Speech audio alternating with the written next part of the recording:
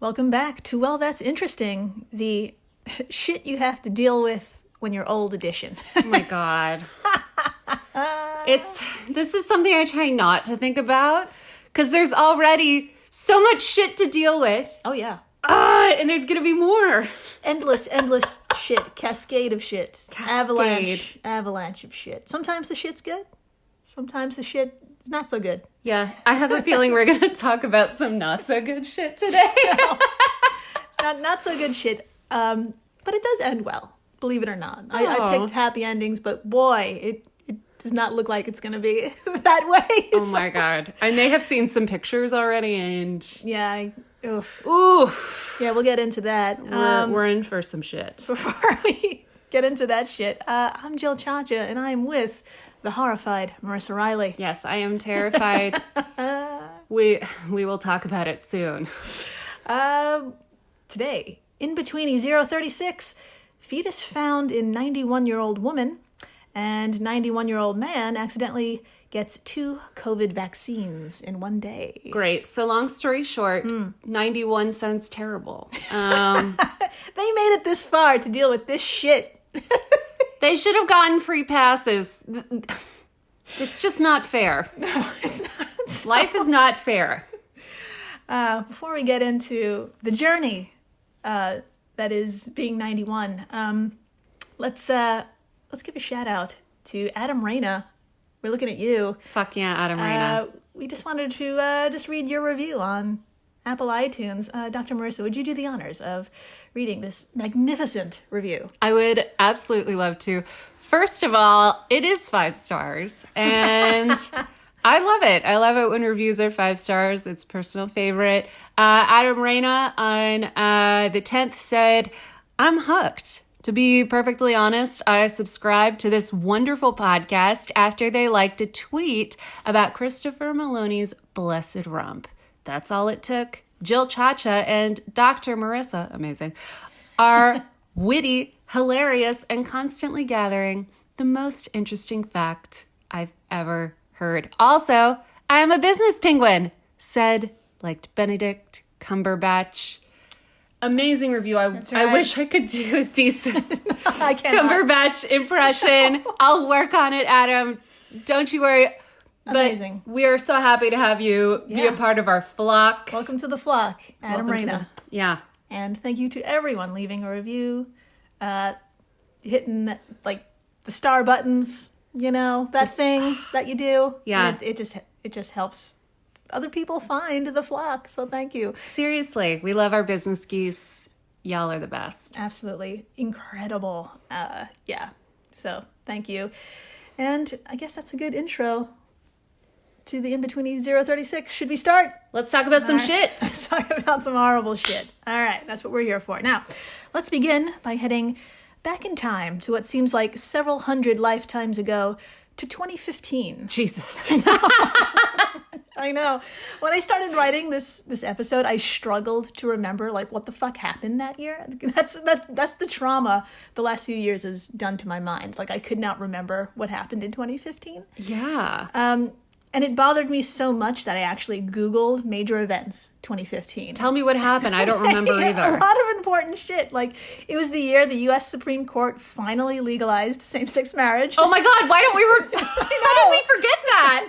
I'm so embarrassed. Jesus. It's fucking terrible. NASA confirmed the presence of water on Mars. Oh my God. And the fucking Paris Agreement was made. So it was a really big deal. That was a huge year. It was massive. Oh my God. I know. And it was an especially big year for a little old lady in La Boca, Chile. Oh, I believe boca means mouth. Exactly. In Spanish. You got it. Yeah. Chile, of course, is located in South America. So let's all imagine that continent for a moment, okay? Close your eyes, especially if you're driving. Now, to find La Boca, we need to find Chile. So for my fellow geographically stumped Americans, we're imagining South America. Now look at the west coast of our imaginary map. Okay. Now point at the middle of the west coast. Okay. And run your finger down from there until you hit the very end of the continent. Ah. All of that is Chile.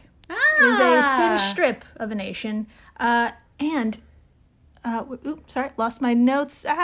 It's the thin strip of a nation. And right in the middle of this truly beautiful nation is equally beautiful La Boca, overlooking the Pacific. Amazing. Now, the seaside town is itty-bitty. In the last census back in 2017, there were only about 700 residents. You guys. It's so tiny. Oh my gosh. There's 700 residents in our building. Like, wow. And one of these residents, one of them was Estela Melendez. Now, on paper, back in 2015, Estela was officially 91 years old. But her family says she didn't have a birth certificate or official ID until she was 17, so Estela may actually be over 100 at this point. Oh my God. Yes. Estela. Just rocking it. Estela. So, now, unfortunately, this kind of confusion regarding like diagnosis and shit seemed to be a running theme in Estela's long life. Put a pin in it. Okay. I'm stressed. Yes, Fine. you should be. I'm stressed. So, thankfully, though, for 91 or 101, she was doing pretty fucking well health-wise. She was totally lucid, really only had difficulty hearing, and a bit of arthritis in her joints slowed her roll a little bit. That's not bad. It's fucking incredible. That's pretty great. Estela did walk with the assistance of a cane, but on one particular day, that cane was not enough to support her legs, and they gave way. No, Estela. I know. Her younger brother, Mundo Lewis, found her sprawled out on the floor of the family home, and he rushed her to Claudio Vinsunia Hospital. That's the most beautiful hospital name I've ever heard. I'm sorry. Okay, go on. Vinsunia. Their doctors were able to do all the vital tests you perform on an elderly person who experiences a fall. Now, one of them being a hip x-ray. And this x-ray raised some major fucking red flags not caused by any fall. Quote, "The doctor said I had a tumor and that they needed to operate on me," Estela said in an interview with CNN. That's never a good thing. No. The first image revealed a severely large mass covering the entire right hip. That's really not good. That's incredibly large. And it was even large enough that if you placed your hand on Estela's right hip and gave it a squeeze, you could feel it. Oh, no. So, 91-year-old Estela was facing a cancerous tumor, and the family was facing the possibility a woman her age, maybe even older, may not survive the surgery. Yeah. So, in the meantime, preparations had to be made to have it removed, and to do so, doctors needed more detail. So a CT scan was performed. Now, Dr. Marissa, I would love to show you this scan. In fact, I'd love to show you two pictures. One of Estela on the left, pointing to where the lump is, all right? And the scan itself on the right. And if you would you please tell us what you see in each picture? Yes, I will. Here you go. Okay. And I'm sorry. Also, this photo. These photos will be on our Instagram. Well, that's interesting pod. And on Twitter at WTI_pod. Did I give you enough time to digest what you just saw? I will never have enough time to digest what I just saw. Okay, I'm going to start with on the right photo. Yeah. This looks not real. This looks like some sort of sadistic art. Like, okay, so it's a scan of someone's hips. Mm-hmm. You can see their spine. You can see the tops of their leg bones. I don't know what they're called. I'm so sorry. Anyone who went to college. But right in the hips is this ball of what looks like bones. Yes. And a spine. Mm-hmm. And a skull. Yep. It looks like a baby ball. Yes, that's looks right. like a small skeleton. Yeah. And it's making me so uncomfortable. Yeah. Oh, I'm so uncomfortable. And in the left picture, it's a picture of a nice old lady, and she is pointing to essentially where you would point to if you were pregnant. Yes. As far as where the tumor is. Yeah. So, I'm upset. Yes, it's a very upsetting image.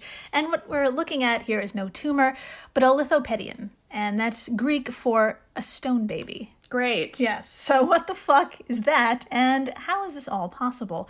Well, what we do know for sure is that, yes, at one point this was a pregnancy. Okay. But most likely an ectopic or an abdominal pregnancy where the fetus develops outside the womb in the abdomen. Got it. So it really didn't have a chance. Exactly. Yeah. Yeah. Now, get this. Estella had been married for 74 years. Oh my God. Yeah. And she and her husband, who recently passed away, never had any kids. And she never knew about this pregnancy. She had no complications, or at least anything concerning enough to get help. And so it remained there, unbeknownst to Estella, outside the womb, where it unfortunately could not survive.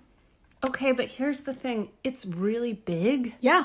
Yeah. It's Oh, yeah. gigantic. Yes, it is unmistakably a fetus. Yeah.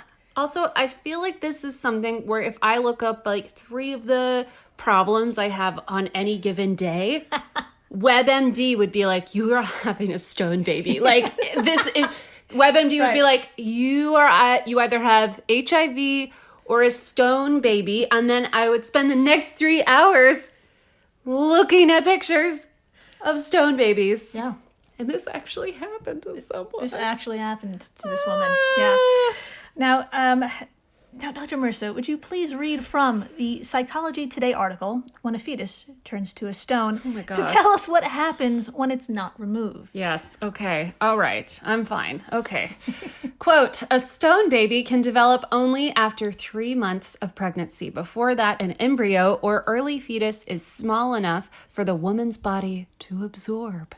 With a bigger fetus, however, the mother can instead mobilize a natural response to foreign bodies, depositing calcium salts to isolate the decay tissue and forestall infection. End quote. So basically, the fetus got really big, and then her body deposited calcium in it to prevent decaying tissue, so there wouldn't be just tons of like You got it.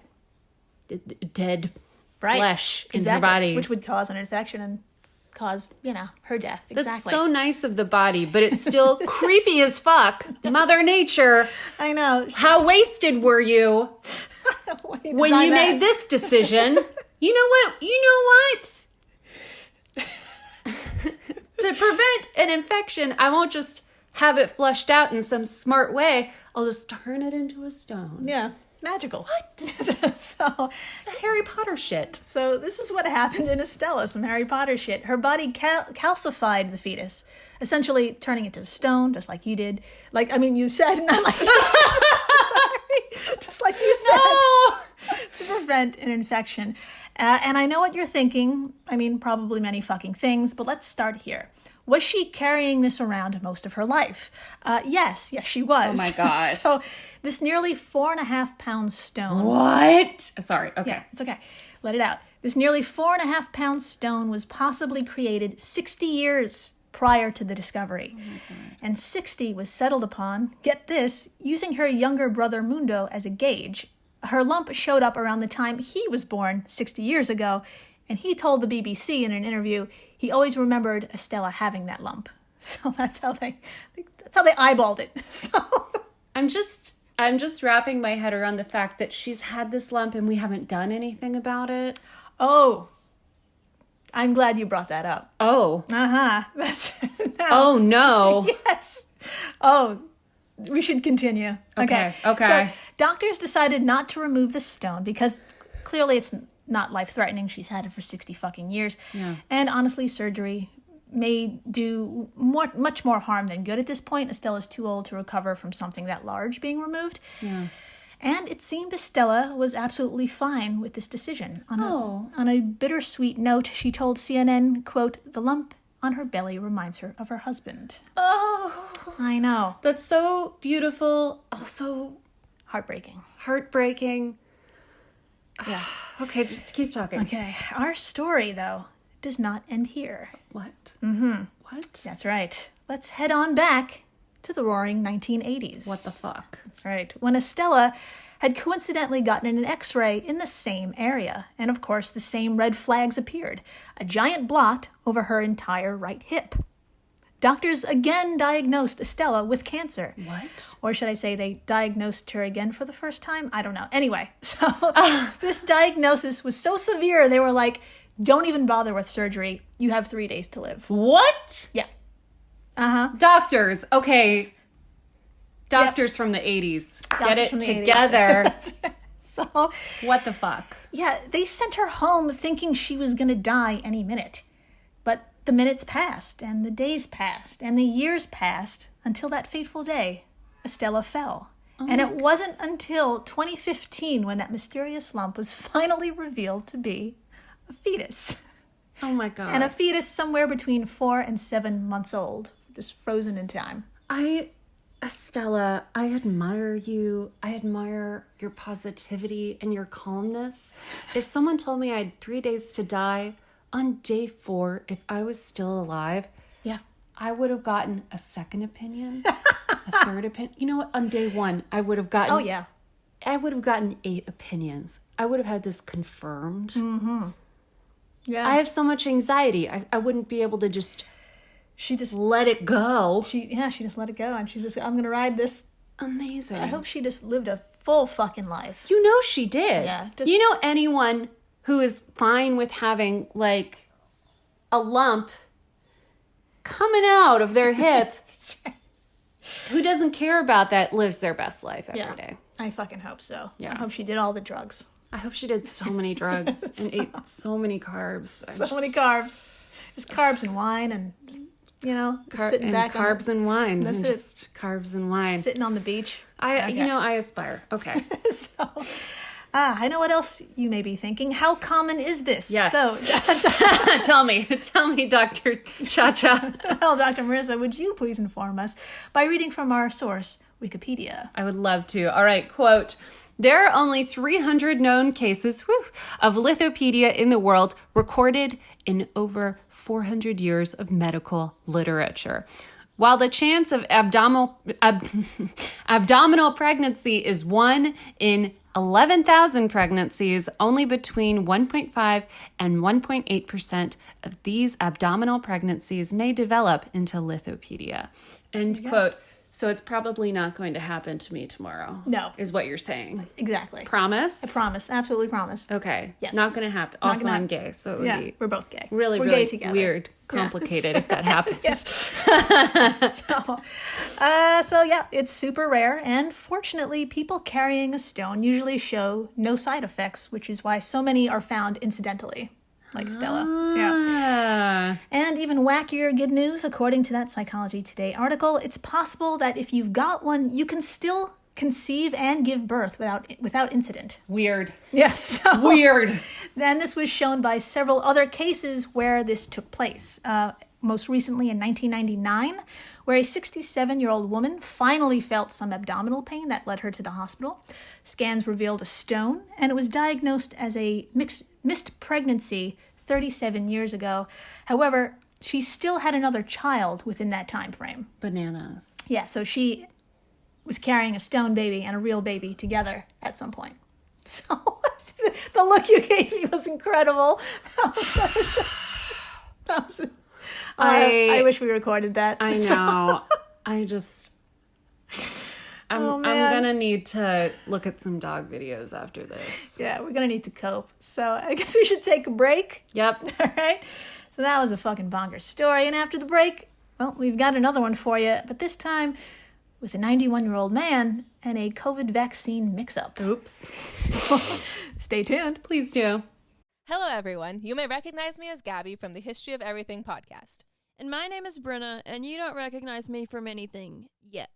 Together, we're two scientists who explore all of the weird little questions and conspiracies of the universe in our new podcast, Mystery of Everything. Everything has an explanation. We hope. But that is what we're here to figure out.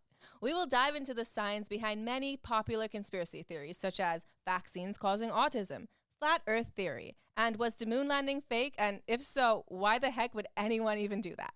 But it's not just conspiracies. There's a lot of cool mysteries that we will attempt to use science to explain, such as near-death experiences, what made the Vikings go berserk, and can I control my co-host with MK Ultra? Wait, what? Anyway, make sure to check out the Mystery of Everything podcast everywhere where you find your podcasts.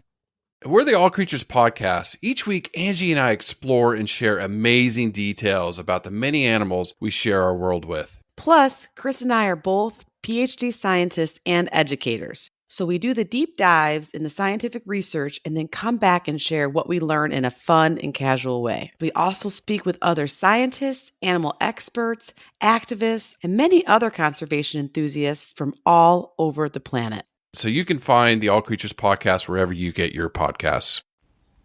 Hey everyone, Jill Chacha here from Well, That's Interesting, and I am absolutely thrilled to tell you about Spotify for podcasters.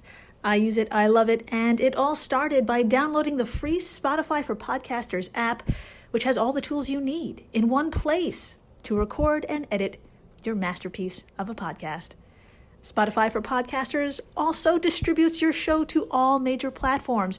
So when you hit publish, your episodes will stream not only on Spotify, but I'm talking about the Apples, the Googles, Stitcher, Good Pods, the other ones.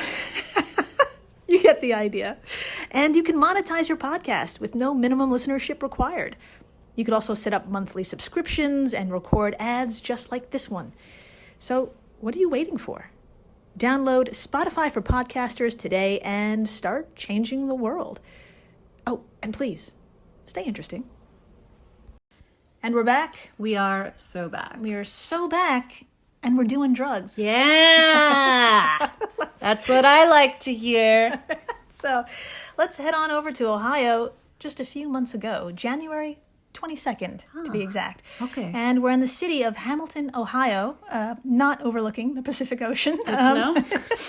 But it is 20 miles north of Cincinnati. Okay. So, and we're with Victor Smith on a very exciting day. He's about to get his first Moderna COVID-19 vaccine shot. Fuck yeah. That's right, Victor, also 91. And according to several sources like Newsweek, Live Science, and, you guessed it, local station WLWT Channel 5. WOWT. He's an amputee who lost part of his leg in an accident as a teen. Victor. I know. And I'm assuming this was brought up in reports because after the shot, Victor experienced a very common side effect.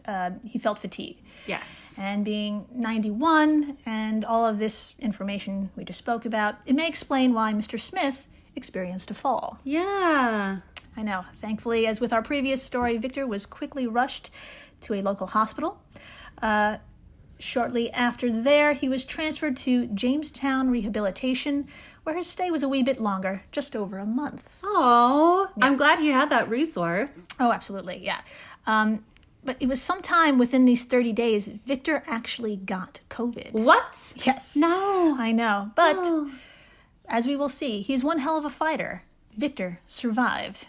And he was raring to go to get his second dose. Fuck yeah. Fuck yeah, Victor. Fuck yeah. So Victor's second shot of Moderna was scheduled for the morning of February 25th, just a short distance from the rehabilitation center. It was at the Butler County Fairgrounds. Aww. And some of the rehab staff were like, hey, you know what, we'll just take you. So they were kind enough to drive him there. That is so sweet. I love that. Super sweet. Now, Dr. Marissa, would you please read what Dawn Smith Theodore, Victor's daughter, told WLWT when she called to check up on him? Absolutely, I would love to. All right, quote, "They transported him to get his shot, and when he came back, I spoke to him. He was good." End quote. There you go. Everything sounds So fine. his fucking second shot at the fairgrounds went smoothly. Staff returned him to the rehab center. Thumbs up from Victor. He can go back to resting in his room, right? Easy peasy. Absolutely not. Now, so there's a wee bit of a, but wait, there's more to this story. Oh, no. Now, that same day, February 25th, the rehab center was also providing vaccine shots. And that same day, February 25th, scheduled for that location that afternoon, was Victor Smith. What? That's right. Victor Smith, number 2, a man with the same exact name. No! Yeah. So when Victor number 2 signed in, the staff was informed Victor Smith was available for a shot. And unfortunately, they thought this meant Victor number 1, the 91-year-old man waiting in room 202. Oh, my God. Yeah. Oh, my God. So, Dr. Marissa, would you be so kind as to read from livescience.com as to what happened next? Yes, of course. Oh, my God. All right. Quote, "Smith received yet another dose of the COVID-19 vaccination, his third, just 4 hours after the second. The COVID-19 vaccination schedule for mRNA vaccines calls just for 2 doses of the vaccine given 3 or 4 weeks apart, end quote. Oh my God, this is terrible. Yeah. This is terrible. Yeah. When I got, okay, so I'm like a 30-year-old woman. Yeah. And when I got my second Moderna, I was Yeah. sick for a long time. Yeah, a good 24 hours. Yeah. I had a fever. I was achy. I was hallucinating. I thought a lot of people were in the apartment. Really? There weren't. Oh, you didn't tell me that part. Oh, yeah, I did. I kept thinking there were people here, and I was so confusing. Point being, it really fucks you up. Yeah. It fucks you up. And it for a good reason, but like, shit. So- I can only, poor Victor. I know. Poor Victor number 1. I know. And Victor number 2 is like, where's the file? Also, poor Victor number 2. You guys. So now the CDC doesn't have much data on what happens when a patient gets 2 standard Moderna doses in a short span. They do now. A standard dose being 100 micrograms. Now, they do have results from a phase 1 study where volunteers got 1 shot of 250 micrograms, and they reported, quote, more reactogenicity, basically more chills, headaches, myalgia, and pain at the injection sites.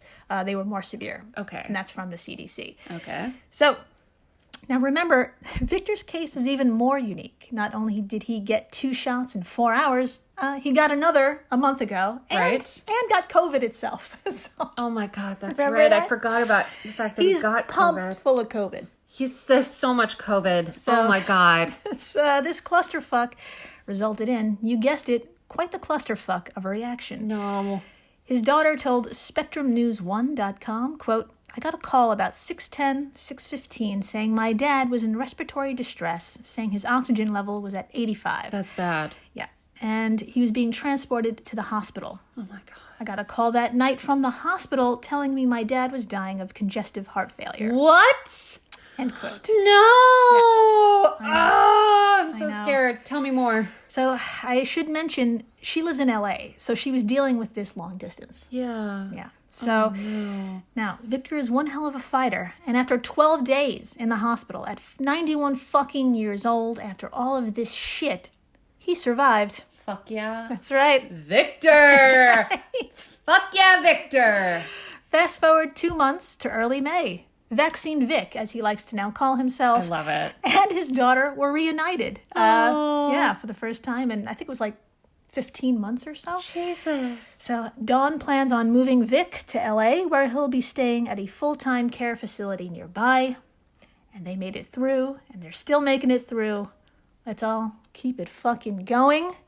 Fuck yeah. The end, but not really. Yeah.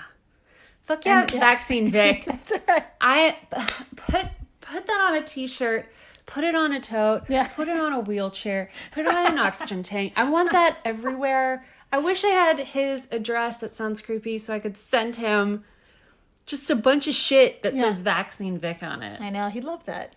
I know he would. He'd love That's so cute. Oh my God. Yeah. I know, everybody just...